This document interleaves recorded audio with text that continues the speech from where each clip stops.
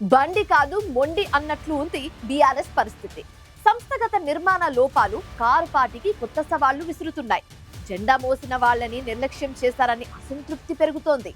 ఇకనైనా మారాలని కొందరు సోషల్ మీడియా వేదికగా గళమెత్తుతున్నారు.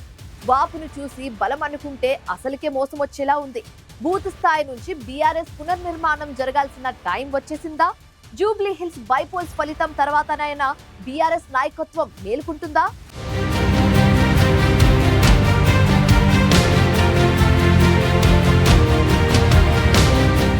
భ్రమలు తొలగిపోయాయి, వాస్తవాలు కళ్ల ముందు కనిపిస్తున్నాయి. కానీ నాయకత్వం ఇంకా ఎందుకో భవిష్యత్తు తమదే అన్న కల్పనలోనే ఉండిపోయింది.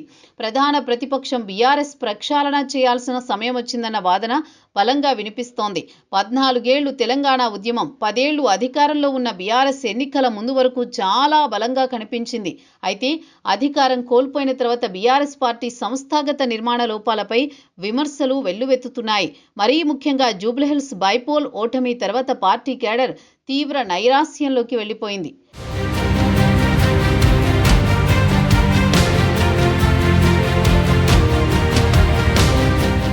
నీళ్లు, నిధులు, నియామకాల కోసం దశాబ్దాల తరబడి ఎదురుచూసిన తెలంగాణ ప్రజల వాంఛను తీర్చిన పార్టీగా బీఆర్ఎస్ ప్రజల గుండెల్లో గూడు కట్టుకుంది.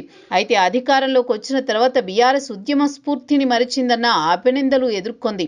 మరోవైపు 10 ఏళ్ల పాటు అధికారాన్ని అనుభవించిన నాయకులంతా ప్రతిపక్షంలోకి వచ్చిన తర్వాత అస్త్ర సన్యాసం చేసినట్టు కనిపిస్తోంది.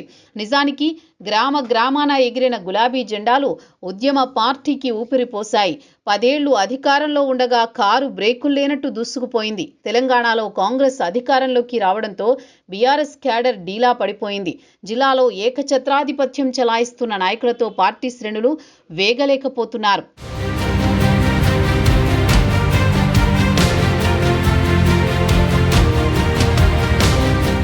10 ఏళ్లు అధికారం ఉన్నప్పుడు సంస్థాగత నిర్మాణంపై దృష్టి పెట్టకపోవడం ప్రస్తుతం బీఆర్ఎస్ పార్టీకి తీవ్ర ఇబ్బందిగా మారింది. మాట వినే నాయకుడే లేడన్న భావనలో ఉండిపోతున్నారు సగటు కార్యకర్తల అభిప్రాయాలకు విలువ ఇవ్వకపోవడం వల్లనే అసెంబ్లీ ఎన్నికల్లో బీఆర్ఎస్ ఓడిందన్న విమర్శలున్నాయి.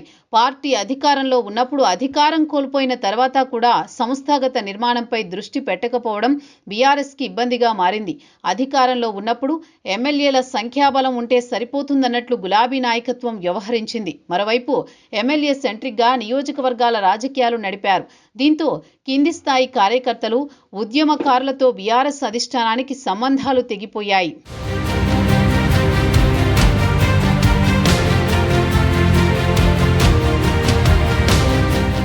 ఉద్యమకారులను దూరం చేసుకోవడం, బంగారు తెలంగాణ నినాదంతో వలస నేతలకు ప్రాధాన్యం ఇవ్వడంతో కింది స్థాయి నేతలు, కార్యకర్తలు బీఆర్ఎస్ పార్టీకి మరింత దూరమయ్యారు. ఉద్యమకారులకు, వలస నేతలకు మధ్య సమన్వయంలోనూ బీఆర్ఎస్ నాయకత్వం విఫలమైందనే చర్చ నడుస్తోంది. బీఆర్ఎస్ నియోజకవర్గ ఇన్ఛార్జీలు, మాజీ ఎమ్మెల్యేలు, ప్రస్తుత ఎమ్మెల్యేలతోనే అగ్రనాయకులు టచ్లో ఉంటున్నారన్న విమర్శలు సొంత పార్టీలో వినిపిస్తున్నాయి. ఓడిపోయిన ఎమ్మెల్యేలను పిలిచి కనీసం 5 నిమిషాలైనా మాట్లాడడం లేదనే చర్చ నడుస్తోంది.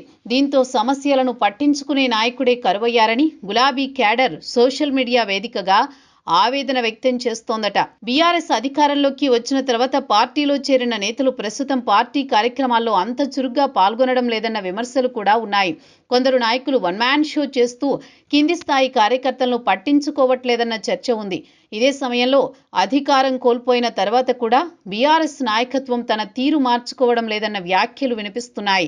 కార్యకర్తల అభిప్రాయాలకు పార్టీలో విలువ లేకుండా పోయిందన్న చర్చ నడుస్తోంది. జెండా మోసిన క్యాడర్కు కీలక నాయకులు అందుబాటులో లేకపోవడం కూడా బీఆర్ఎస్ పార్టీలో స్తబ్దతకు కారణంగా చెబుతున్నారు.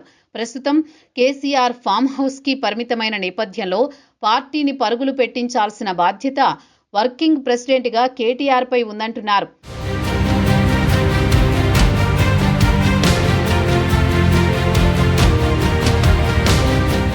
తెలుగుదేశం పార్టీ తరహాలో బీఆర్ఎస్ని కూడా క్షేత్రస్థాయిలో బలోపేతం చేయాల్సిన సమయం వచ్చిందన్న అభిప్రాయాలు వినిపిస్తున్నాయి.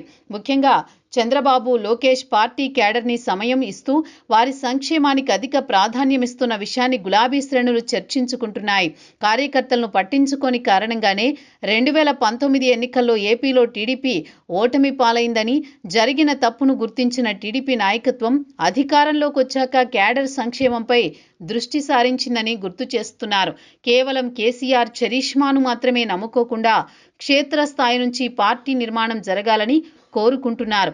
మరీ ముఖ్యంగా బీఆర్ఎస్ భవిష్యత్తు నాయకుడిగా చలామణి అవుతున్న కేటీఆర్ క్యాడర్కి అందుబాటులో వారి అభిప్రాయాలకు పెద్దపీట వేస్తేనే పార్టీ బతికి బట్ట కడుతుందనే మాట బలంగా వినిపిస్తోంది.